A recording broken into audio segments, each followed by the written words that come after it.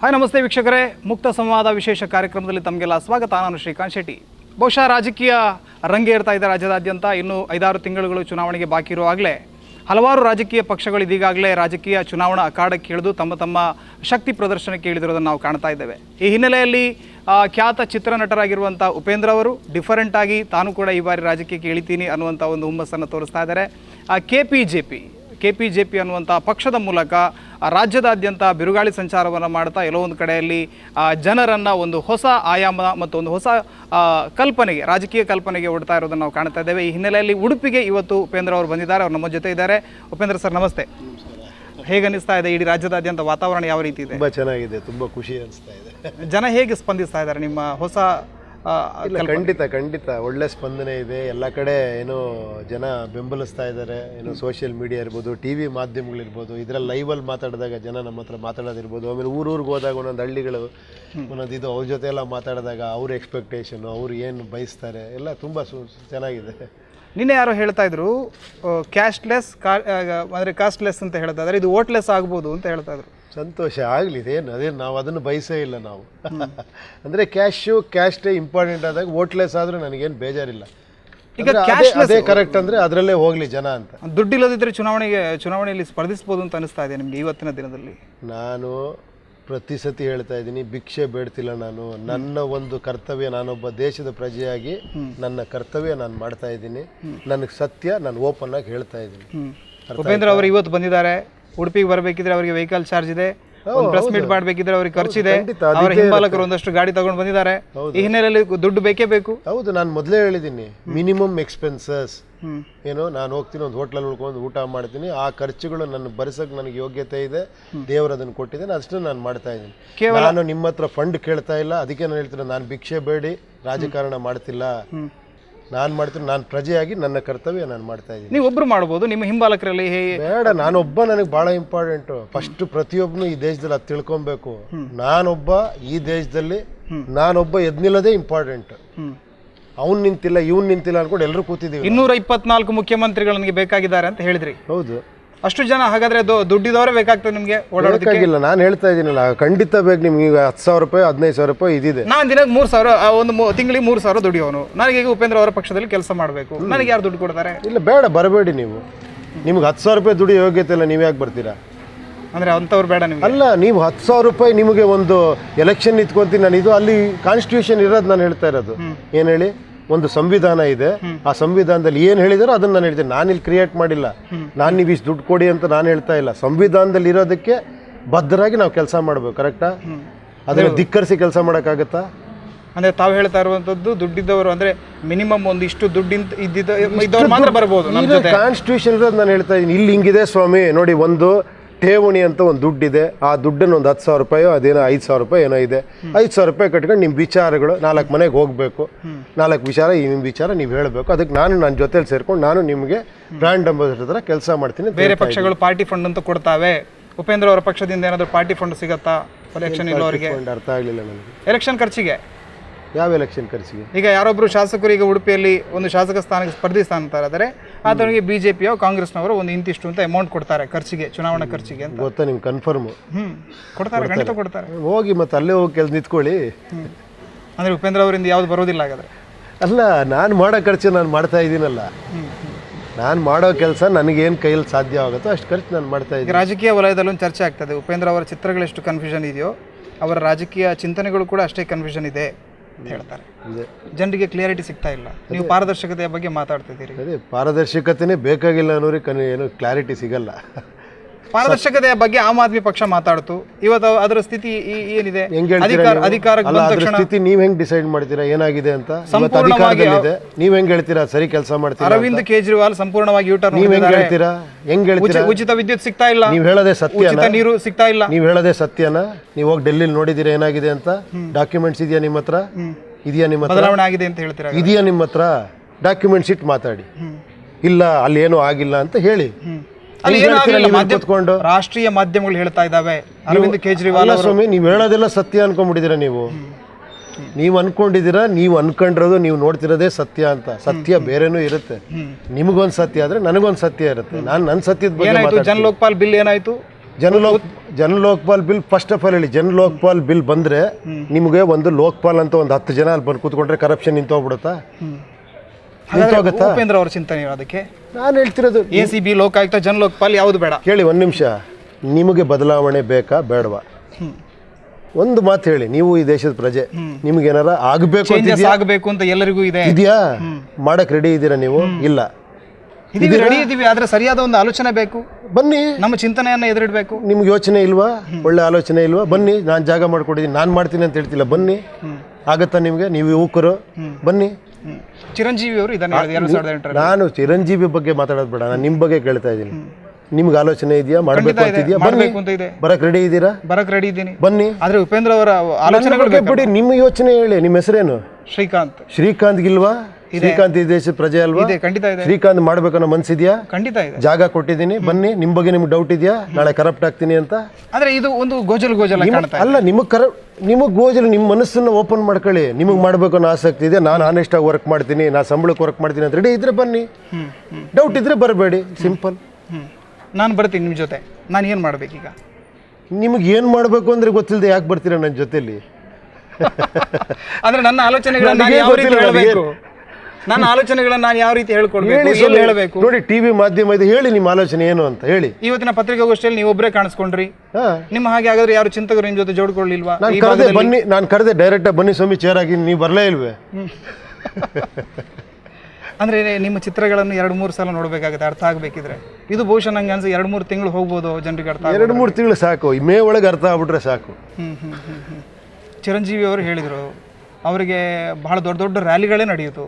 ಆದರೆ 294 ಕಾನ್ಸ್ಟಿಟ್ಯೂನ್ಸಿಯಲ್ಲಿ ಅವರು ಒಂದು 18 ಗೆಲ್ಲಬಹುದಾಯಿತು, ಗೆದ್ರು ಅವರು. ಕಡೆಗೆ ಹೋಗಿ ಅವರು ಕಾಂಗ್ರೆಸ್ನೊಂದಿಗೆ ಮರ್ಜ್ ಆದರು. ಉಪೇಂದ್ರ ಅವರ ಕತೆ ಕೂಡ ಅಷ್ಟೇ ಆಗ್ಬೋದಾ? ಅವ್ರಿಗೆ ನನ್ನ ಯಾಕೆ ಕಂಪೇರ್? ನಾನು ಚಿರಂಜೀವಿನ, ನನ್ನ ಹೆಸರು ಉಪೇಂದ್ರ, ನನ್ನ ವೇಷಭೂಷಣಗಳು ಬೇರೆ ಇದ್ದಾವೆ. ದಯವಿಟ್ಟು ಈ ಸತ್ಯ ಅರ್ಥ ಆಗ್ಬೇಕು ನಿಮಗೆ. ವ್ಯವಸ್ಥೆ ಆತರ ಮಾಡುತ್ತೆ. ನೀವು ಚಿರಂಜೀವಿ ಅವ್ರು ಸಿಕ್ಕಿದಾಗ ಈ ಕ್ವಶನ್ ಕೇಳಿ, ಅವ್ರ ಈ ವ್ಯವಸ್ಥೆ ಎಲ್ಲರನ್ನೂ ಆತರ ಒಂದು ಒತ್ತಡಕ್ಕೆ ಸಿಲುಕಿಸುತ್ತೆ ಅಂತ ನನಗೆ ಅನಿಸ್ತಾ. ನಿಮಗೂ ಡೌಟ್ ಇದೆ ಇಲ್ಲಿ ಬರೋದಕ್ಕೆ, ನೀವು ನಾಳೆ ಚೇಂಜ್ ಆಗ್ಬೋದು ಅಂತ ಡೌಟ್ ಇದೆಯಾ? ಖಂಡಿತ ನಿಮಗೆ ಡೌಟ್ ಇದೆ. ಡೌಟ್ ಇರೋರು ಬೇಡ ನನಗೆ. ಅಂದ್ರೆ ಉಪೇಂದ್ರ ಅವರನ್ನ ಬ್ಲೈಂಡ್ ಆಗಿ ಒಪ್ಪಬೇಕು ಅಂತ ಹೇಳಿ ನನ್ನನ್ನು ಒಪ್ಪಬೇಡಿ, ನೀವು ಮಾಡಿ ಅಂತ ಹೇಳ್ತಿರೋದು. ನಾನು ಜಾಗನೇ ಬಿಟ್ಕೊಟ್ಬಿಡ್ತೀನಿ, ಬನ್ನಿ ಇಲ್ಲೇ ಕೂತ್ಕೊಳ್ಳಿ ನೀವು ಅಂತ ಹೇಳ್ತಿರೋದು. ನೀವು ಮಾಡ್ತೀರಾ? ನಿಮಗೆ ಡೌಟ್ ಇದೆಯಾ? ಒಂದನೇದಾಗಿ. ಎರಡು, ನೀವು ಫಸ್ಟ್ ನೀವು ಆನ್ಸರ್ ಮಾಡ್ತಿಲ್ಲ. ಇದು ನಾನು ಪತ್ರಕರ್ತ ಆಗಿ ಕೂತಿದ್ದೀನಿ, ಪ್ರಜೆ ಆಗಿ ಕೂತಿಲ್ಲ. ಇಲ್ಲಿ ನೀವು ಪ್ರಜೆ ಅಲ್ವಾ? ಪತ್ರಕರ್ತರು ಪ್ರಜೆ ಅಲ್ವಾ? ಪ್ರಜೆಗಳು. ಆದ್ರೆ ನನ್ನ ಒಂದು ಆಯಾಮ ಇದೆ, ನನ್ನ ಚೌಕಟ್ಟಿದೆ, ಆನಂತರ ನಾನು ಪ್ರಜೆ. ಆದ್ರೆ ನಾನು ಇಲ್ಲಿ ಕುಳಿತಿರೋದು ಪತ್ರಕರ್ತನಾಗಿ. ಪತ್ರಕರ್ತ ನಿಜವಾದ ಪ್ರಜೆ ಆಗ್ಬಿಟ್ರೆ ನಿಜವಾದ ಪತ್ರಕರ್ತ ಆಗ್ಬಿಡ್ತಾನೆ ನಾವು. ನಾನು ಪತ್ರಕರ್ತ ನಂದು ಬೇರೆ ಅಂದಾಗ ಅದೇ ನಾನು ಪ್ರಾಬ್ಲಮ್ ಆಗಿರೋದು. ನಾನು ಪ್ರಜೆಯಾಗಿ ಬಿಟ್ಬಿಟ್ಟು ನಾನು ಮೊದಲನೇದಾಗಿ ನೀವು ಒಂಥರ ಮೈಗೆ ಎಣ್ಣೆ ಹಚ್ಕೊಂಡು ಮಾತಾಡ್ತಾ ಇದ್ದೀರಾ. ನೀವು ಯಾವುದೇ ರಾಜಕೀಯ ಪಕ್ಷವನ್ನು ದೂಷಣೆ ಮಾಡ್ತಾ ಇಲ್ಲ. ಹೌದು, ಬೇಡ. ಏನಕ್ಕೆ ಮಾಡಬೇಕು? ಕಾಂಗ್ರೆಸ್ ದೂಷಣೆ ಮಾಡ್ತಾ ಇಲ್ಲ, ಬಿಜೆಪಿಯನ್ನ ಮಾಡ್ತಾ ಇಲ್ಲ. ಅಲ್ಲ, ದೂಷಣೆ ಮಾಡೋದೇನು? ವ್ಯವಸ್ಥೆ ಹಾಳಾಗಿದೆ ಅಂದ್ರೆ ಅವರಿಂದಲೇ ಹಾಳಾಗಿರ್ಬೇಕು, ಅವ್ರನ್ನ ಯಾಕೆ ದೂಷಣೆ ಮಾಡ್ತಾ ಇಲ್ಲ? ಒಳ್ಳೆ ಕತೆ. ನನ್ನದೊಂದು ಕಲ್ಪನೆ ಇದೆ ಸ್ವಾಮಿ, ನನ್ನ ಕರ್ತವ್ಯ ಇದೆ. ನಾನೇ ಅಕೌಂಟ್ ಬೈಲಿ ನಾನೇನು ಮಾಡ್ತಾ ಇದ್ದೀನಿ, ನನ್ನ ಕೆಲಸ ನಾನು ಮಾಡ್ತೀನಿ, ನೀವೇನು ಮಾಡ್ತೀನಿ ನಿಮ್ಮ ಕೆಲಸ ನೀವು ಮಾಡಿ, ಎಲ್ಲರೂ ಅವ್ರವ್ರ ಕೆಲಸ ಮಾಡಿ ಅಂತ ಹೇಳ್ತಾ ಇರೋದು. ರಾಜ್ಯದಲ್ಲಿ ನಡೀತಾ ಇರೋ ಸಿದ್ದರಾಮಯ್ಯ ಸರ್ಕಾರ ಸರಿ ಇದೆ ಅಂತ ನಿಮ್ಗೆ ಅನಿಸ್ತಾ ಇದೆ? ಸರಿ ಇಲ್ಲ ಅಂತ ಹೇಳ್ತೀರಾ ನೀವು? ಸರಿ ಇಲ್ಲ ಅಂತ ನಾನು ಹೇಳ್ತೀನಿ. ಏನ್ ಸರಿ ಇಲ್ಲ? ಲೋಕಾಯುಕ್ತ ಕಿತ್ತಾಕಿದ್ರು, ACB ತಂದ್ರು, ಅದು ಅವರ ಕಂಟ್ರೋಲ್ ಅಲ್ಲೇ ಇದೆ. ಕೇಳ್ತಾ ಇದ್ರಲ್ಲ ನೀವು, ಮಾಧ್ಯಮದವರ ಕೇಳ್ತಾ ಇದ್ರಲ್ಲ. ಪ್ರಶ್ನೆ ಇರ್ತಾ ಇಲ್ಲ. ನಾನು ಸಿದ್ದರಾಮಯ್ಯ ಆಗಿದ್ರೆ ನೀವು ನನ್ನ ಕ್ವಶನ್ ಕೇಳಬಹುದು. ನಾನು ಸಿದ್ದರಾಮಯ್ಯ ಅಲ್ಲ, ನಾನು ಉಪೇಂದ್ರ ಅವರು ರಾಜಕೀಯಕ್ಕೆ ಬರ್ತಾ ಇದಾರೆ. ಅವರ ಅಜೆಂಡಾದಲ್ಲಿ ಇರುತ್ತೋ ಇಲ್ವೋ? ನಾನು ರಾಜಕೀಯಕ್ಕೆ ಬರ್ತಾ ಇಲ್ಲ, ನಾನು ಪ್ರಜಾಕೀಯದಲ್ಲಿ ಇರೋದು. ವೋಟಿಂಗ್ ನಿಲ್ಲೋದಿಲ್ಲ ನಿಮ್ಮ ಅಭ್ಯರ್ಥಿಗಳು. ಪ್ರಜಾಕೀಯಕ್ಕೆ ವೋಟ್ ಹಾಕ್ಬೇಕು ಜನ, ರಾಜಕೀಯಕ್ಕೆ ಹಾಕ್ಬಾರ್ದು. ಈ ವ್ಯವಸ್ಥೆ ಬದಲಾಯಿಸುವ ಬಗ್ಗೆ ಆಶ್ವಾಸನೆ ಕೊಡ್ತಾ ಇದ್ದೀರಿ. ನಾನು ಹೆಸರೇ ಬದಲಾಯಿಸ್ಬಿಟ್ಟಿದ್ದೀರಲ್ಲ ಮೊದಲನೇದಾಗಿ. ರಾಜಕೀಯ ಅನ್ನೋದು ಕಿತ್ತಾಕಿ ಪ್ರಜಾಕೀಯ ಅಂತಿರೋದು ಸಂಪೂರ್ಣ ಬದಲಾವಣೆ. ಇದು ಸಂಪೂರ್ಣ ಬದಲಾವಣೆ. ಒಂದು ಪುಸ್ತಕ ನನ್ನ ಕೈಲಿದೆ, ಇದನ್ನ ಓದಬೇಡಿ ಅಂತ. ಇದನ್ನ ಓದಬೇಡಿ ಅಂದ್ರೆ ಜನ ಓದ್ತಾರೆ ಅಂತ ನಿಮ್ಗೆ ಗೊತ್ತಿದೆ. ನೀವು ಇಟ್ಕೊಂಡ್ರದೇ ಅದು ಸಾಕ್ಷಿ. ಅಂದ್ರೆ ಈ ನೆಗೆಟಿವ್ ಮೈಂಡ್ ಸೆಟ್ ಅನ್ನ ನೀವು ಎಲ್ಲಾದ್ರೂ ಬಳಸ್ಕೊಳ್ತಾ ಇದ್ದೀರಾ? ಜನರಲ್ಲಿರುವಂತ ಒಂದು ಹುಚ್ಚು ಕುತೂಹಲವನ್ನ ರಾಜಕೀಯಕ್ಕೆ ಹೇಳ್ತಾ ಇರುವಂತ ಪ್ರಯತ್ನ ಇದು. ಅಲ್ಲ ನೋಡಿ, ನೆಗೆಟಿವ್ ಮೈಂಡ್ ಸೆಟ್ ಅದು ಇಟ್ಕೊಂಡಿದ್ದೀರಲ್ಲ, ಇದೇ ನನಗೆ ಅನ್ನಿಸ್ತಾ ಇರೋದು. ನಾನಿಲ್ಲಿ ಇದನ್ನು ಓದಬೇಡಿ ಅಂದಿರೋದು, ಇದು ಹಣೆ ಬರನೂ ಇರ್ಬೋದು, ಈ ಬುಕ್ಕು ಇರ್ಬೋದು. ನನ್ನ ಹಣೆ ಬರ ಓದಬೇಡಿ, ಬುಕ್ ಓದಿ. ಓಹೋ, ಅದಕ್ಕೆ ಹಣೆ ಮೇಲೆ ಹಾಕಿದ್ದೀರಿ. ಅಲ್ಲ ಸರ್, ಅಂದರೆ ಜನರನ್ನು ಒಂದು ರೀತಿಯಲ್ಲಿ ಈ ಬಾರಿ ರಾಜಕೀಯದಲ್ಲಿ ನಿಮ್ಗೆ ಅನಿಸ್ತಾ ಇದೆ, ನಿಮ್ಮ ಈ ಒಂದು ಸ್ಪರ್ಧೆಯಿಂದಾಗಿ ನನಗನ್ನಿಸ್ತಾ ಇದೆ, ಒಂದು ಹಿಂದುತ್ವವನ್ನು ಹೊರತುಪಡಿಸಿದರೆ ಬೇರೆ ಎಲ್ಲ ನೀವು ಹೇಳ್ತಾ ಇರುವಂಥ ವಿಚಾರಗಳು BJPಗೆ ಹತ್ತಿರ ಇದೆ. ನೀವು ರಾಷ್ಟ್ರೀಯತೆಯ ಬಗ್ಗೆ ಮಾತಾಡ್ತೀರಿ, ಅಥವಾ ಒಂದು ಎಲ್ಲೋ ಒಂದು ಕಡೆಯಲ್ಲಿ ಪಾರದರ್ಶಕತೆಯ ಬಗ್ಗೆ ಮಾತಾಡ್ತಿದ್ದೀರಿ. ನಿಮ್ಮ ಪಕ್ಷದ ಅಭ್ಯರ್ಥಿಗಳು ತೆಗೆದುಕೊಳ್ಳುವಂಥ ಓಟುಗಳು BJPಯ ಖಾತೆಗೆ ಹೋಗುವಂಥ ಒಂದಷ್ಟು ಓಟನ್ನು ನೀವು ಸೆಳ್ಕೊಳ್ತೀರಿ. ಇದು ಕಾಂಗ್ರೆಸ್ಗೆ ಎಲ್ಲೋ ಒಂದು ಕಡೆ ಲಾಭ ಆಗಬಹುದು, ಈ ರೀತಿಯ ಲೆಕ್ಕಾಚಾರಗಳಿದೆ. ಅಲ್ಲ, ಲೆಕ್ಕಾಚಾರಗಳು ಹಾಕೋದು ರಾಜಕಾರಣ. ಪ್ರಜಾಕರಣದಲ್ಲಿ ಲೆಕ್ಕಾಚಾರನೇ ಇಲ್ಲ. ನಾನು ಗೆಲ್ತೀನೋ ಸೋಲ್ತೀನೋ ಅಂತಲೇ ಲೆಕ್ಕಾಚಾರ ಆಗ್ತಿಲ್ಲ ನಾನು. ನನಗದು ಸೆಕೆಂಡ್ರಿ. ನನಗೆ ಗೆಲುವು ಮೊದಲು ಒಂದು ಹೆಜ್ಜೆ ಇಡೋದ್ರಲ್ಲಿ ಗೆಲುವಿದೆ. ಈ ಕ್ಷಣ ನಾನು ಗೆಲ್ಬೇಕು. ನಾನು ಮಾತಾಡ್ತಿರೋದು ಕರೆಕ್ಟಾಗಿ ಮಾತಾಡ್ಬೇಕು. ನಾನು ಯಾಕೆ ನಾಳೆ ಹಂಗಾಗತ್ತಾ ಹಿಂಗಾಗತ್ತಾ ಅಂತ ಅವಾಗ ಬೇರೆ ಮಾತಾಡ್ತೀನಿ ನಾನು. ಇವಾಗ ಒಂದಷ್ಟು ಜನ ನೋಡ್ತಿದ್ದಾರೆ, ಇದನ್ನು ಕಾಂಟ್ರವರ್ಸಿ ಮಾಡಿದ್ರೆ ಇನ್ನೊಂದು ಲಕ್ಷ ಜನ ಜಾಸ್ತಿ ನೋಡ್ತಾರೆ ಅಂದ್ಬಿಟ್ಟು ನಾನು ಬೇರೆ ಮಾತಾಡ್ತೀನಿ ಅವಾಗ ಅಲ್ವಾ. ನನಗೆ 10 ಜನ ನೋಡಲಿ ಸಾಕು, 10 ಜನ ಇದಾಗಲಿ, 10 ಜನ ಬರಲಿ, ಎಲ್ಲ ಕೈ ಜೋಡಿಸಿದ್ರೆ ಈ ಕೆಲಸ ಆಗುತ್ತೆ. ಒಂದು ಹೇಳ್ತೀನಿ ಕೇಳಿ, ಅಲ್ಲೊಂದು ಕಲ್ಲಿದೆ, ಕಲ್ಲು ಬಂಡೆ. ಎಲ್ಲರೂ ಕುತ್ಕೊಂಡು ನಾವು ಮಾತಾಡ್ತಿದ್ದೀವಿ, ನೋಡ್ರಿ ಆ ಕಲ್ಲು ಬಂಡೆ ಎತ್ತಲ್ಲ ಪ್ರಾಬ್ಲಮ್ ಇದೆ ಅಂತ. ಬನ್ರಿ ಎತ್ತೋಣ ಅಂದ್ರೆ ಯಾರೂ ಬರಲ್ಲ. ಸರ್ ಅವ್ನು ಯಾರೋ ಎಲೆಕ್ಟ್ ಮಾಡಿದ್ದೀನಿ ಸರ್, ಅವ್ನು ಎತ್ತಲಿ ಅಂತ. ನನ್ನ ಪಾರ್ಟ್ ಏನು, ನಾನು ಸೇರ್ಕೊಬೇಕು ತಾನೆ. ಅದೇ ತಾನೇ ಪ್ರಜಾಕಾರಣ. ನಮಗೆ ದೇಶ ಸೊಸೈಟಿಯನ್ನೇ ಬದಲಾಯಿಸಬೇಕು ಅಂತ ಹೊರಟಿದ್ದೆ ನಾನು ಬದಲಾಗಿರೋದೇ ನನಗೆ ಮೊದಲನೇ ಒಂದಿದು. ನಾನು ಬದಲಾಗಿರೋ ನನಗೆ ದೊಡ್ಡ ಗೆಲುವು. ಬೇರೆ ಸೆಕೆಂಡ್ರಿ. ಸೊಸೈಟಿನ ಬದಲಾಯಿಸೋ ಸೆಕೆಂಡ್ರಿ. ಒಂದು ಹೋರಾಟ ಆಗಬೇಕು, ಕ್ರಾಂತಿ ಆಗಬೇಕು, ಸಮಾಜ ಬದಲಾವಣೆ ಆಗಬೇಕಿದ್ರೆ. ಆದರೆ ಹೋರಾಟಕ್ಕೆ ನಮಗೆ ಯಾರನ್ನು ಕೂಡ ನೀವು ಮುಂದೆ ಗುರಿ ಮಾಡೋದಕ್ಕೆ ತಯಾರಿಲ್ಲ. ನಮ್ಮೊಳಗಿರೋ ಕೆಟ್ಟದ್ದು ಗಲೀಜೆಲ್ಲ ವಾಂತಿ ಆಗಬೇಕು ಫಸ್ಟ್, ಆಮೇಲೆ ಕ್ರಾಂತಿ. ನಾವು ಅದನ್ನೆಲ್ಲ ಒಳಗಿಟ್ಕೊಂಡು ಕ್ರಾಂತಿನ ಬಯಸೋದು ನಮ್ಮೊಳಗಡೆನೆ ಅಷ್ಟೆಲ್ಲ ಇಟ್ಕೊಂಡು ನಾವೆಲ್ಲಿ ಕ್ರಾಂತಿ ಬಯಸ್ತೀವಿ? ನಮ್ಮೊಳಗೆ ಇಷ್ಟೊಂದು ಡೌಟ್ಸು, ನಮ್ಮೊಳಗೆ ನಿರಾಶಾವಾದ. ಆಗಲ್ಲ ರೀ, ದೇಶ ಹಿಂಗೆ ಇರುತ್ತೆ ರೀ, ಯಾರು ಬಂದರೂ ಇಷ್ಟೇ ರೀ. ಹೋಪ್ಸೇ ಕಳ್ಕೊಂಡು ಹೆಂಗೆ ಬದುಕ್ತೀವಿ ನಾವಿಲ್ಲಿ? ನಿಮ್ಮ ಪ್ರಮುಖ ಒಂದು ಉದ್ದೇಶ ಏನು? ಈಗ ಮೊದಲನೇದಾಗಿ ಭ್ರಷ್ಟಾಚಾರದ ವಿರುದ್ಧ ನೀವು ಧ್ವನಿ ಎತ್ತಾ ಇದ್ದೀರಿ, ಅಥವಾ ಒಂದು ಜಾತಿ ರಾಜಕಾರಣದ ವಿರುದ್ಧ ಇವತ್ತು ಮಾತನಾಡ್ತಾ ಇದ್ದೀರಿ, ಮತ್ತು ಅಧಿಕಾರವನ್ನು ದುರುಪಯೋಗ ಮಾಡ್ತಾ ಇರೋದರ ಬಗ್ಗೆ ಮಾತಾಡ್ತಾ ಇದ್ದೀರಿ. ಆದರೆ ನೀವು ಯಾವುದೇ ಒಂದು ಪಕ್ಷವನ್ನು ಟಾರ್ಗೆಟ್ ಮಾಡ್ತಾ ಇಲ್ಲ, ಒಬ್ಬ ವ್ಯಕ್ತಿಯನ್ನು ಟಾರ್ಗೆಟ್ ಮಾಡ್ತಾ ಇಲ್ಲ. ಇಡೀ ವ್ಯವಸ್ಥೆಯನ್ನೇ ಬದಲಾಯಿಸಬೇಕು, ಜನರು ಇದರೊಟ್ಟಿಗೆ ಕೈ ಜೋಡಿಸಬೇಕು ಅಂತ ತಾವು ಹೇಳ್ತಾ ಇದ್ದೀರಿ. ಇಷ್ಟೊಂದು ಸರಿಯಾಗಿ ಹೇಳ್ತಾ ಇದ್ದೀರಿ. ಆದರೆ ಇಷ್ಟೊಂದು ಸಾಮೂಹಿಕವಾದಂಥ ಬದಲಾವಣೆ ಏಕಕಾಲದಲ್ಲಿ, ಅದು ಕೂಡ ಒಂದು 5-6 ತಿಂಗಳ ಅವಧಿಯಲ್ಲಿ ಆಗತ್ತೆ ಅಂತ ನಿಮ್ಗೆ ಅನಿಸ್ತಾ ಇದೆಯಾ? ಇವಾಗ 5 ತಿಂಗಳಲ್ಲಿ ಆಗುತ್ತೋ, 5 ವರ್ಷದಲ್ಲಿ ಆಗುತ್ತೋ, 50 ವರ್ಷ ಆಗುತ್ತೋ, ಸ್ಟಾರ್ಟ್ ಮಾತ್ರ ಇಲ್ಲಿಂದ ಆಗ್ಬೇಕು ತಾನೆ ಅಲ್ವಾ? ಸ್ಟಾರ್ಟ್ ಆಗಬೇಕು. ಹೊಸ ರಾಜಕೀಯ ಚಿಂತನೆಯನ್ನು ಮುಂದೆ ಇಡ್ತಾ ಇದ್ದೀರಿ ತಾವು? ರಾಜಕೀಯ ಚಿಂತನೆ ಅಲ್ಲ ನಾನು ಇಡ್ತಿರೋದು. ರಾಜಕೀಯ ಚಿಂತನೆ ನನಗೆ ಅರ್ಥ ಆಗದಿರೋ ಪ್ರಜಾಕೀಯ ಚಿಂತನೆ. ಪ್ರಜೆಗಳಿಗೋಸ್ಕರ, ಪ್ರಜೆಗಳಿಂದ ಅಂತ ನಾನು ಹೇಳಿರೋದಲ್ಲ, ದೊಡ್ಡವ್ರು ಹೇಳಿರೋದು. ಅದನ್ನ ನಾನು ಹಿಡ್ಕೊಂತ ಇದ್ದೀನಿ. ಸಣ್ಣ ಕಂಪನಿ ಇದೆ, ಅದರಲ್ಲಿ 60 ಜನ ಕೆಲಸ ಮಾಡ್ತಾರೆ. ಆದ್ರೆ ಅವರ ನಿಯಂತ್ರಿಸೋದಕ್ಕೆ ಒಬ್ಬ ಮ್ಯಾನೇಜರ್ ಅಂತ ಬೇಕಲ್ಲ ಅಲ್ಲಿ? ಹೌದು, ಅದು ಇದೆಯಲ್ಲ ಸಿಸ್ಟಮ್. 60 ಜನನು ಆಡಳಿತ ಮಾಡೋದಕ್ಕೆ ಆಗೋದಿಲ್ಲ, ಬೇಕೇ ಬೇಕು. ಅಲ್ಲ, 60 ಜನ ಹೇಳ್ತಿಲ್ಲ ನಾನು. ಅವನಿಗೆ ಒಂದಷ್ಟು ಅಧಿಕಾರ ಬೇಕೇ ಬೇಕು. ಹೌದು, ಅದಕ್ಕೆ ಕರಿತಾ ಇರೋದಿಲ್ಲ. ಅವನಿಗೆ ಒಂದು ಕಮಾಂಡಿಂಗ್ ಬೇಕು, ಅದಕ್ಕೆ ಕರಿತಾ ಇರೋದಿಲ್ಲಿ. ಚೇರ್ಗಳು ಖಾಲಿ ಇಟ್ಟಿರೋದು ಅದಕ್ಕೇನೆ. ಅಲ್ಲಿ ಇರೋದು 224 ಸೀಟ್ ಅಷ್ಟೇ. 2200 ಜನ ಬರೋಕ್ಕಾಗಲ್ಲ ಅಲ್ಲಿ. 224 ಜನನೇ ಕರಿತಾ ಇರೋದು ನಾನು. ಎಷ್ಟು ಸೀಟ್ಗಳಿಗೆ ನಿಮ್ಮ ಅಭ್ಯರ್ಥಿಗಳು ಸ್ಪರ್ಧಿಸ್ತಾ ಇದ್ದಾರೆ ಈ ಬಾರಿ? ನೋಡೋಣ, ನನಗೆ ಬಂದಿರೋದೆಲ್ಲ ಪ್ರತಿಯೊಂದು ನಿಮ್ಮ ಮುಂದೆ ಇಡ್ತೀನಿ. ಈಗ ನಿಮ್ಮ ಪಕ್ಷದಿಂದ ಅಭ್ಯರ್ಥಿಗಳು ಯಾರೆಲ್ಲ ಆಯ್ಕೆ ಆಗ್ತಾರೆ, ಅಥವಾ ಯಾರೆಲ್ಲ ಅಲ್ಲಿ ಆಕಾಂಕ್ಷಿಗಳಿದ್ದಾರೆ, ಅವರೆಲ್ಲರೂ ಕೂಡ ಸಾಚಾಗಳು, ಅವ್ರು ಯಾರು ಕೂಡ ಭ್ರಷ್ಟಾಚಾರ ಮಾಡೋರಲ್ಲ, ಎಲ್ಲರೂ ಕೂಡ ನನ್ನ ಹಾಗೆ ಒಂದು ಸಮಾಜದಲ್ಲಿ ಬದಲಾವಣೆ ಬಯಸುವವರು ಅಂತ ನೀವು ಎದೆ ಮುಟ್ಕೊಂಡು ಹೇಳಬಲ್ಲಿರ ಅಂತ? ಅದನ್ನು ನೀವು ನಾನು ರೆಸ್ಪಾನ್ಸಿಬಿಲಿಟಿ ತೊಗೊಂತೀನಿ, ನಾನು ಹೇಳಬಲ್ಲೆ. ನನ್ನ ಜೊತೆ ನೀವು ಬಂದರೆ ನಿಮ್ಮ ರೆಸ್ಪಾನ್ಸಿಬಿಲಿಟಿ ನಾನು ತೊಗೊಂಡು, ನೀವು ತಪ್ಪು ಮಾಡಂಗೆ ಇಲ್ದೇ ಹತ್ರ ನಾನು ನೋಡ್ಕೊಂತೀನಿ. ನನ್ನ ಕರ್ತವ್ಯ ಅದು. ನಾನು ನಿಮ್ಮನ್ನು ಕರಿತಾ ಇದ್ದೀನಿ. ಈಗ ನಿಮ್ಮನ್ನು ನೀವು ಚೆಕ್ ಮಾಡ್ಕೊಂಡ್ ಬರಬೇಕು. ನೀವು ಇಷ್ಟು ದಿನ ಬೇರೆಯವ್ರು ಬೈತಾ ಇದ್ರಲ್ವಾ, ಎಲ್ಲ ಭ್ರಷ್ಟರು. ಓಕೆ, ಬನ್ನಿ ನೀವು.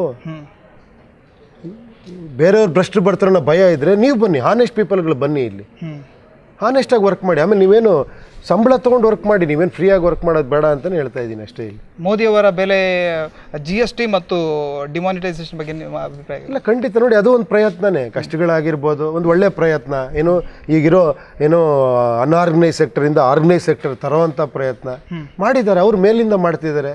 ನಾವು ಒಂದು ನಮ್ಮ ಕಡೆಯಿಂದ ನಾವೇನೋ ಒಂದು ನಮ್ಮ ಕಾಂಟ್ರಿಬ್ಯೂಷನ್ ಬೇಕಲ್ವಾ? ಅದು ನಾವು ಪ್ರತಿಯೊಂದನ್ನು ಅವ್ರನ್ನೇ ನೋಡಿಕೊಂಡು ಅವ್ರು ಸರಿ ಮಾಡ್ತಿಲ್ಲ, ಇವರು ತಪ್ಪು ಮಾಡ್ಬಿಟ್ರು ಅನ್ನೋ ಬದಲು ಓಕೆ ನಾವು ಪ್ರಯತ್ನ ಪಡೋಣ.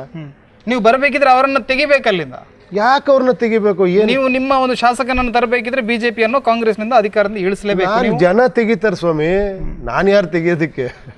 ಆದ್ರೆ ಅವರು ಬೇಕು ಅಂತ ಹೇಳ್ತಾರೆ. ನೀವೇನು ಅನ್ಕೊಂಡಿದ್ರೆ ಏನೋ ದೊಡ್ಡ ಬಿಸ್ನೆಸ್ ಕೋಟ್ಯಾಂತರ ರೂಪಾಯಿ ಇದೆ, ಇಲ್ಲೇನೋ ಕಾಂಪಿಟೇಷನ್ ನಡೀತಾ ಇದೆಯಾ? ಇದು ನೀವು ಬಿಜೆಪಿ ಕಾಂಗ್ರೆಸ್ ಒಟ್ಟಿಗೆ ಬೇಕು ಅಂತ ಹೇಳ್ತಾ ಇದ್ದೀರಿ. ಇದು ಏನಿದೆ ಆಕ್ಚುಲಿ?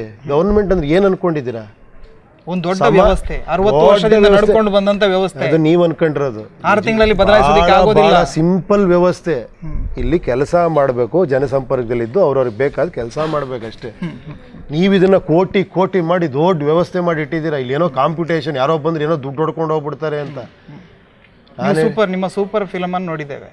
ನೀವು ಒಂದ್ ಕಡೆಯಲ್ಲಿ ಖಾಸಗೀಕರಣಕ್ಕೆ ಒತ್ತು ಕೊಡ್ತೀರಾ ಚಿತ್ರದಲ್ಲಿ, ರಸ್ತೆಯನ್ನು ಅವನಿಗೆ ಕೊಡಿ, ಪೊಲೀಸ್ ಸ್ಟೇಷನ್ ಇವನಿಗೆ ಕೊಡಿ, ಆತರ. ಅಂದ್ರೆ ಆ ಖಾಸಗೀಕರಣವನ್ನು ನೀವು ಒಪ್ಕೊಳ್ತೀರಾ? ಅಂದ್ರೆ ನಿಮ್ಮ ಚಿಂತನೆಯ ಆ ಚಿತ್ರದಲ್ಲಿ ಬಂದಿರೋದು ನಿಮ್ಮ ಮನೆ ರೋಡ್ ನಿಮ್ದಲ್ಲ ಅಂತ ನೀವು ಹೇಳೋದು. ನಮ್ದಲ್ಲ, ನಿಮ್ಮ ಮನೆ ಮುನ್ಸಿಪಾಲಿಟಿ ಅವ್ರು ನೋಡ್ಕೋಬೇಕಾದ. ಇದೇ ದೊಡ್ಡ ಪ್ರಾಬ್ಲಮ್. ಇದು ಮೈಂಡ್ ಸೆಟ್ ಚೇಂಜ್ ಮಾಡೋದಕ್ಕೆ ನಾನು ಒದ್ದಾಡ್ತಿರೋದು. ಯಾಕೆ ನಾನು ತೆರಿಗೆ ಕಟ್ತಾ ಇದ್ದೀನಿ ಹೇಳಿ, ನಿಮ್ಮ ಮನೆ ಮುಂದಿರೋ ರೋಡ್ ನಿಮ್ದು, ಮಾಡ್ಬೇಕು ಅವ್ನ ಕೆಲಸ, ಈ ದೇಶ ನಿಮ್ದಲ್ಲ ಹಂಗಾರೆ ಸರ್ಕಾರದ್ದು. ನಾವು ತೆರಿಗೆ ಕಟ್ತಾ ಇದ್ದೀವಿ, ಅದಕ್ಕೊಂದು ವ್ಯವಸ್ಥೆ ಇದೆ, ಅವ್ರು ಮಾಡ್ಕೊಂಡು ಹೋಗ್ಬೇಕು. ಕರೆಕ್ಟ್ ರೀ, ನಿಮ್ದಲ್ವಾ ಹಂಗಾರೆ ಈ ದೇಶ ನನ್ನದು. ರಸ್ತೆ ಇದೆಲ್ಲ ರಸ್ತೆ ನಿಮ್ದಲ್ಲ. ರಸ್ತೆ ಪ್ರತಿಯೊಂದನ್ನು ನೋಡ್ಕೊಳ್ಳೋದಕ್ಕೆ ಅದಕ್ಕೆ ಬೇಕಾದಂತ ವ್ಯವಸ್ಥೆಗಳಿದೆ, ಆ ವ್ಯವಸ್ಥೆಗಳೇ ಮಾಡ್ಕೊಂಡು. ರಸ್ತೆ ನಮ್ದಲ್ಲ. ಅಲ್ಲಲ್ಲ, ಅದನ್ನ ನೋಡ್ಕೊಳ್ಳೋದಕ್ಕೆ ಮುನ್ಸಿಪಾಲಿಟಿ ಇದೆ, ಅದರಲ್ಲಿ ಕೆಲಸಕ್ಕಿದ್ದಾರೆ ಜನ, 34 ಜನ ಕೆಲಸಕ್ಕಿದ್ದಾರೆ, ಅವ್ರು ಮಾಡಬೇಕು. ಅವ್ರು ಮಾಡದಿದ್ರೆ 5 ವರ್ಷ ಆಗುವಾಗ ನಾನು ಅವರನ್ನ ಪ್ರಶ್ನೆ ಮಾಡೋದಕ್ಕೆ ನನಗೆ ಅವಕಾಶ ಇದೆ. ಮಾಡ್ತಾ ಇಲ್ವಾ? ಮಾಡ್ತಾ ಇದ್ದಾರೆ. ಮಾಡ್ತಾ ಇದ್ರೆ ಬಿಡಿ, ನೀವು ಅವ್ರನ್ನೇ ಎಲೆಕ್ಟ್ ಮಾಡಿ. ಯಾರು ಬೇಡ ಅಂತ? ನೀವು ಖಾಸಗೀಕರಣಕ್ಕೆ ಅಲ್ಲಿ ಒತ್ತು ಕೊಟ್ಟಿದ್ದೀರಿ. ಖಾಸಗೀಕರಣ ನಾನು ಹೇಳ್ತೀನಿ, ನಿಮ್ಮ ಪ್ರೈವೇಟೈಸೇಷನ್ ಮಾಡಬೇಕು ಅಂತ ಹೇಳ್ತೀರಿ ನೀವು. ಆ ಚಿತ್ರದಲ್ಲಿ ಆ ಥರ ಹೇಳಿದಿರಿ. ಇರ್ಬೋದು, ಹಂಗೆ ಇರ್ಬೋದು, ಗೊತ್ತಿಲ್ಲ. ನಾನು ಇನ್ನೊಂದ್ಸತಿ ಸಿನಿಮಾ ನೋಡ್ತೀನಿ, ಅದು ಏನು ಖಾಸಗೀಕರಣ, ದೊಡ್ಡ ಮಾತುಗಳು ನಮಗೆ ಗೊತ್ತಾಗಲ್ಲ. ಓಕೆ, ಮತ್ತೆ ಅಂದ್ರೆ ಪ್ರೈವೇಟೈಸೇಷನ್ ಬಗ್ಗೆ ತಮ್ಮ ಅಭಿಪ್ರಾಯ, ಖಾಸಗೀಕರಣದ ಬಗ್ಗೆ ಏನು ಹೇಳ್ತೀರಿ ತಾವು? ಅದೆಲ್ಲ ಆಮೇಲೆ ಮಾತಾಡೋಣ, ನಾನು ಮ್ಯಾನಿಫೆಸ್ಟೋ ತಂದ್ಮೇಲೆ ಮಾತಾಡೋಣ. ಅವೆಲ್ಲ ದೊಡ್ಡ ವಿಷಯಗಳು, ಅದು ಯಾಕೆ ಸುಮ್ಮನೆ ಹೇಳಿ. ಜಾತಿಗಳ ಬಗ್ಗೆ ತಾವು ಹೇಳ್ತಾ ಇದ್ದೀರಿ. ಜಾತಿ ಕರೆಕ್ಟ್ ಅಂತೀರಾ? ಜಾತಿಗಳ ಬಗ್ಗೆ ನೀವು ಹೇಳುವಾಗ ಈಗ ಇರುವಂಥ ಸರ್ಕಾರಗಳು ಯಾವ ರೀತಿಯಲ್ಲಿ ಜಾತಿಗೊಂದು ಹಬ್ಬ ಅಥವಾ ಒಂದು ರೀತಿಯಲ್ಲಿ ಅವರ ಜನ್ಮ ದಿನಾಚರಣೆಗಳು ಇದೆಲ್ಲ ಮಾಡ್ತಾ ಇದ್ದಾವೆ, ಇದೆಲ್ಲ ಸರಿ ಇಲ್ಲ ಅಂತ ಹೇಳ್ತಿರ್ತಾವೆ. ಸರಿ ಇದೆ ಅಂತ ನೀವು ಹೇಳ್ತೀರಾ? ಸರಿ ಇಲ್ಲ ಅಂತ ನೀವು ಹೇಳ್ತಾ ಇಲ್ಲ. ನೀವು ಸರಿ ಇದೆ ಅಂತಿದ್ದೀರಾ, ನಾನು ಸರಿ ಇಲ್ಲ ಅಂತ ನಾನು ಹೇಳ್ತೀನಿ. ನಾನು ಸರಿ ಇಲ್ಲ ಅಂತ ಹೇಳಿದ್ದು. ಇಷ್ಟೊತ್ತರ ಪ್ರೆಸ್ ಮೀಟಲ್ಲಿ ಹೇಳಿದ್ದೇನು ನಾನು? ಹಂಗಾರೆ ಜಾತಿಗಳ ಓಲೈಕೆ ಮಾಡಬಾರ್ದು ಯಾರು ಕೂಡ. ನಾನು ಇಷ್ಟೊತ್ತರ ಮಾತಾಡಿದ್ದೇನು? ಹಾಗಾದ್ರೆ ತುಳಿತಕ್ಕೊಳಗಾದಂಥ ವರ್ಗಗಳ ಬಗ್ಗೆ ತಾವೇನು ಹೇಳ್ತೀರಿ? ತುಳಿಸ್ಕೊಂಬೇಡಿ ಅಂತ ಹೇಳ್ತೀನಿ. ಕಳೆದ 50-60 ವರ್ಷಗಳಿಂದ ಅವಕಾಶ ವಂಚಿತವಾಗಿರುವಂಥ ಕೆಲವು ವರ್ಗಗಳಿವೆ. ಆ ವರ್ಗಗಳನ್ನು ಮೇಲಕ್ಕೆತ್ತಬೇಕಿದ್ರೆ ಆ ಜಾತಿಗಳಿಗೆ ಒಂದು ಸ್ವಲ್ಪ ಪ್ರಾಧಾನ್ಯತೆ ಕೊಡಬೇಕಾಗತ್ತೆ. ಯಾರು ಕೊಡೋದಕ್ಕೆ? ನೀವು ಯಾರು? ಅವ್ರು ಕೊಟ್ಕೊಂಡ್ರೆ ಸಾಕು, ಅವ್ರು ಬರಲಿ ಮುಂದೆ ಅಂತ ನಾನು ಹೇಳ್ತೀನಿ. ಸಂವಿಧಾನದಲ್ಲೇ ಇದೆ, ಅವಕಾಶಗಳಿದೆ, ಅದರಲ್ಲಿ ಮಾಡಲಿ, ಅದಿದ್ರೆ ಮಾಡಲಿ. ಅದನ್ನ ಅಂತ ತಾವು ಹೇಳ್ತಾ ಇದ್ರಿ, ಜಾತಿ ಮುಕ್ತವಾಗಿರೋ ವ್ಯವಸ್ಥೆ ಬೆಳಿಬೇಕು ಅಂತ. ಜಾತಿ ಬೇರೆ, ವರ್ಗ ಬೇರೆ. ನಿಮಗೆ ಜಾತಿ ಎಲ್ಲೂ ಹೇಳಿಲ್ಲ. ನಿಮಗೆ ಸಂವಿಧಾನದಲ್ಲಿ ಏನೋ ಬ್ರಾಹ್ಮಣ, ಶೂದ್ರ, ಒಕ್ಕಲಿಗ ಇದೆಲ್ಲ ಯಾವುದೂ ಹೇಳಿಲ್ಲ. ಓಕೆ, ಕೆಲವು ಒಂದು ವರ್ಗ SC ST ಹತ್ರ ಸಪರೇಟ್ ವರ್ಗ ಮಾಡಿದ್ದಾರೆ. ಅದಕ್ಕೆ ಕಾರಣಗಳಿಂದ ವರ್ಗಗಳಿಗೆ ನ್ಯಾಯ ಆಗೋದಿಲ್ವಾ? ರಾಜಕೀಯದಲ್ಲಿ ಜಾತಿನೇ ತರದೆ ಹೋದ್ರೆ ಮೀಸಲಾತಿನೇ ಇಲ್ಲ ಅಥವಾ ಒಂದು ರೀತಿಯಲ್ಲಿ ಅಂತವರಿಗೆ ಅವಕಾಶ. ಮೀಸಲಾತಿ ಇಲ್ಲ ಅಂತ ನಾನು ಹೇಳ್ತಿಲ್ಲ. ನಾನು ಹೇಳ್ತಿರೋದು ಈ ಬೇರೆ ಜಾತಿ ಬಗ್ಗೆ ಮಾತಾಡೋದು ಬೇಡ. ಅದಿದೆ, ಪರಿಶಿಷ್ಟ ಜಾತಿ, ಪರಿಶಿಷ್ಟ ವರ್ಗ ಅಂತ ಸಪರೇಟ್ ಮಾಡಿದ್ದಾರೆ. ಕಾನ್ಸ್ಟಿಟ್ಯೂಷನ್ ಇದೆಯೋ ಅದನ್ನ ಫಾಲೋ ಮಾಡಿ ಅಂತ ನಾನು ಹೇಳ್ತಿರೋದು. ಅದನ್ನ ಫಾಲೋ ಮಾಡೋಣ. ಅದರಲ್ಲಿ ಏನಿಲ್ವೋ ಅದನ್ನ ಮಾಡೋದು ಬೇಡ. ನೀವು ಕಾನ್ಸ್ಟಿಟ್ಯೂಷನ್ ಪಡೆದಿರಾ 50 ಕೋಟಿ ಇದ್ರೆ ಮಾತ್ರ ಎಲೆಕ್ಷನ್ ನಿಲ್ಬೋದು ಅಂತ ಹೇಳಿದಾರ? ಜಾತಿ ಆಧಾರಿತ ರಾಜಕಾರಣ ಮಾಡಿ ಅಂತ ಹೇಳಿದಾರ ಸಂವಿಧಾನದಲ್ಲಿ? ಹೇಳಿ, ಮಾಡಿದಾರ? ಅದರಲ್ಲಿ ಇಲ್ಲ. ಇದೆಯಾ? ಇಲ್ಲ ಅದರಲ್ಲಿ. ಮತ್ತೆ ಆದರೆ ಜನ ಅದನ್ನೇ ಬಯಸ್ತಾ ಇದ್ದಾರೆ. ನೀವು ಬಯಸ್ತಿದ್ದೀರಾ? ಈಗ ಆ ಚಿತ್ರಗಳು ನಾನು ಕೇಳ್ತೀನಿ. ಒಂದು ನಿಮಿಷ, ನೀವು ಬಯಸ್ತಿದ್ದೀರಾ? ನಾನು ಬಯಸ್ತಾ ಇಲ್ಲ. ಬಟ್ ಜನ, ನೀವು ಜನ ಅಲ್ವಾ? ನಾನು ಜನ ಆಗಿರ್ಬೋದು, ನನ್ನಲ್ಲಿ ಒಂದು ನಾನು ಜನ ಅಲ್ಲ, ಇಲ್ಲೇ ತರ ಇದೆ. ಒಂಥರ ಈಗ ನೋಡಿ, ಚಿತ್ರಗಳಲ್ಲಿ ಈಗ ಐಟಮ್ ಸಾಂಗ್ ನೀವು ಯಾಕೆ ಹಾಕ್ತೀರಾ? ಜನ ನೋಡ್ಬೇಕು ಅಂತ ಹಾಕ್ತೀರಿ. ಅಲ್ಲ, ಒಳ್ಳೆ ಬಯಸಿ ಹಾಕೋದಲ್ಲ, ಜನ ಅದನ್ನು ಬಯಸ್ತಾರೆ. ಯಾರು ಹೇಳಿದ್ ನಿಮ್ಗೆ? ಥಿಯೇಟರ್ಗೆ ಜನ ಬರಬೇಕು ಅಂತ ಆದ್ರೆ ಸ್ವಲ್ಪ ಆತರ ಹೊಸ ಹೊಸ ಪ್ರಯೋಗಗಳನ್ನು ಮಾಡ್ತಾ ಇರ್ತಾರೆ. ರಾಜಕೀಯದಲ್ಲೂ ಆ ತರದ ಪ್ರಯೋಗಗಳು ಆಗ್ತಾ ಇದೆ. ನಾನೇನು ಅವ್ರು ತಪ್ಪು ಅಂತ ಹೇಳ್ತಿಲ್ಲಲ್ಲ. ನಾನು ಮಾಡ್ತಿರೋದು ನಾನು ಮಾತಾಡ್ತಾ ಇದ್ದೀನಿ. ಪ್ರವಾಹಕ್ಕೆ ವಿರುದ್ಧವಾಗಿ ಈಜ್ತಾ ಇದ್ದೀರಾ ನೀವು. ಯಾವ ಪ್ರವಾಹ? ನಾನು ಪ್ರವಾಹದಲ್ಲೇ ಇಲ್ಲ ಅಂತ ಹೇಳ್ತಿರೋದು. ಪ್ರವಾಹದ ಪಕ್ಕದಲ್ಲಿ ನಂದೇ ಒಂದು ದಾರಿ ಮಾಡ್ಕೊಂಡು ನಾನು ಈಜ್ಕೊಂಡು ಹೋಗ್ತಾ ಇದ್ದೀನಿ. ಕೊನೆಯದಾಗಿ ಏನು ಹೇಳಿಕೆ ಬಯಸ್ತೀರಿ ಸರ್? ಅದೇ, ನಾನು ಪ್ರವಾಹದ ಪಕ್ಕದಲ್ಲಿ ಹೋಗ್ತೀನಿ. ಯಾರಿಗೆ ಇಷ್ಟ ಆಗುತ್ತೋ ಅವ್ರು ಇದ್ರೊಳಗೆ ಬನ್ನಿ. ಕರಾವಳಿಯ ಜನ ಉಪೇಂದ್ರ ಅವರಿಂದ ಏನು ನಿರೀಕ್ಷೆ ಮಾಡಬಹುದು? ಏನು ನಿರೀಕ್ಷೆ ಮಾಡ್ಬಿಡಿ ನನ್ನಿಂದ. ನಿಮ್ಮ ಅಧಿಕಾರ ಬಂದ್ರೆ ಏನೆಲ್ಲ ಯೋಜನೆಗಳು ಕರಾವಳಿಯ ಬಗ್ಗೆ ನಾವು ತಮ್ಮ ಚಿಂತನೆ ಏನಿದೆ? ಮೀನುಗಾರರಿದ್ದಾರೆ ಇಲ್ಲಿ, ಅಥವಾ ಒಂಥರ ಈ ಭಾಗದ ಜನರಿಗೆ ಏನೆಲ್ಲ ಆಲೋಚನೆಗಳಿದೆ? ಈ ಭಾಗದ ಜನ ನೀವು ತಾನೇ. ಹೌದು. ನಿಮ್ಗೇನಾರ ಮಾಡಬೇಕು ಅಂತ ಇದೆಯಾ? ಇಲ್ಲ. ಇದೆಯಾ ಇಲ್ವಾ? ಇದೆ. ಬನ್ನಿ. ಈಗ ಅಂದ್ರೆ ಮ್ಯಾನಿಫೆಸ್ಟೋ ಜನರೇ ಮಾಡಿ ಕೊಡ್ಬೇಕು ನಿಮ್ಗೆ. ಜನಗಳಿಗೋಸ್ಕರ ಮ್ಯಾನಿಫೆಸ್ಟೋ, ಜನಗಳಿಂದ ಜನಗಳಿಗೋಸ್ಕರ, ಜನಗಳಿಗಾಗಿ. ಹೌದು, ನೀವೇ ತಾನೇ ಬಡ್ಬೇಕಿಲ್ಲಿ. ನೀವು ಹೇಳಿದ್ರಿ ಒಳ್ಳೊಳ್ಳೆ ರಾಜಕೀಯ ಚಿಂತನೆ, ಅಭಿವೃದ್ಧಿ ಬಗ್ಗೆ ಚಿಂತನೆ ಇದ್ದವರು ಬನ್ನಿ ಅಂತ ಹೇಳಿದಿರಿ.